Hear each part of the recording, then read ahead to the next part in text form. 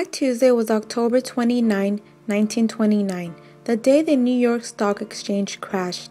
This means that prices for stocks were too high, far higher than they were really worth. The value of the stocks fell sharply.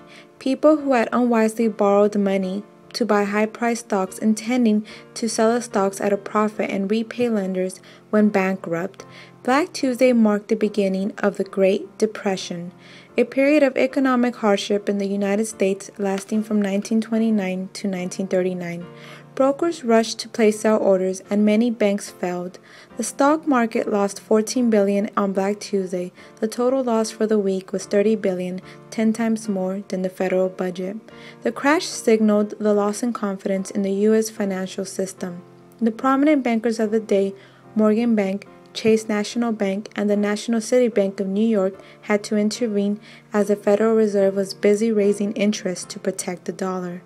The banks bought shares of stocks in an attempt to restore confidence in the stock market. However, the bank's intervention signaled other investors to continue to sell, creating continued panic. After the stock market collapsed, politicians and industry leaders continued to issue optimistic predictions for the nation's economy.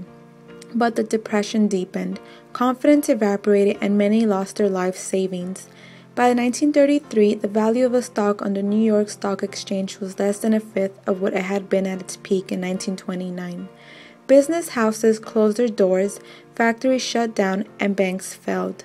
Farm income fell by 50%, and by 1932, approximately 1 out of every 4 Americans was unemployed.